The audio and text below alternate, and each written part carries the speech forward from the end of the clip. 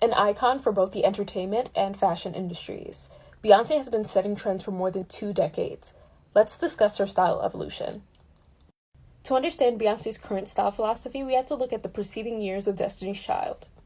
Tina Knowles, who was the stylist and designer for most of the group's career, has said in many interviews that her design inspiration mostly came from Motown, whether that be the Supremes, LaBelle, or any other 60s and 70s group.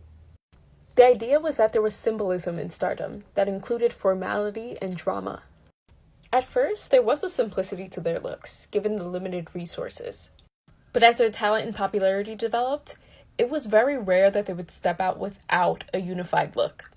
But what really made them fashion icons in the early 2000s was their ability to take all of that inspiration and make it into this easily clonable archetype for their fans to copy. Of course, they weren't the only ones to do it, but they did contribute a significant amount to the Y2K style. And there was an aspect to their style that was consciously experimental, and I think they got a lot of that inspiration from LaBelle.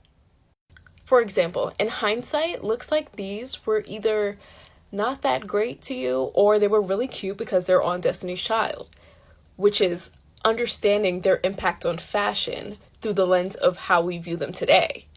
But back then they were still building that notoriety and would step out on red carpets in this, which is really brave.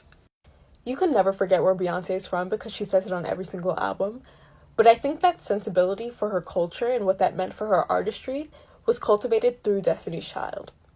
They knew they were stars and they treated themselves as such, but they also shared a lot of who they were as people through their clothing, which I think Beyoncé still takes through her career.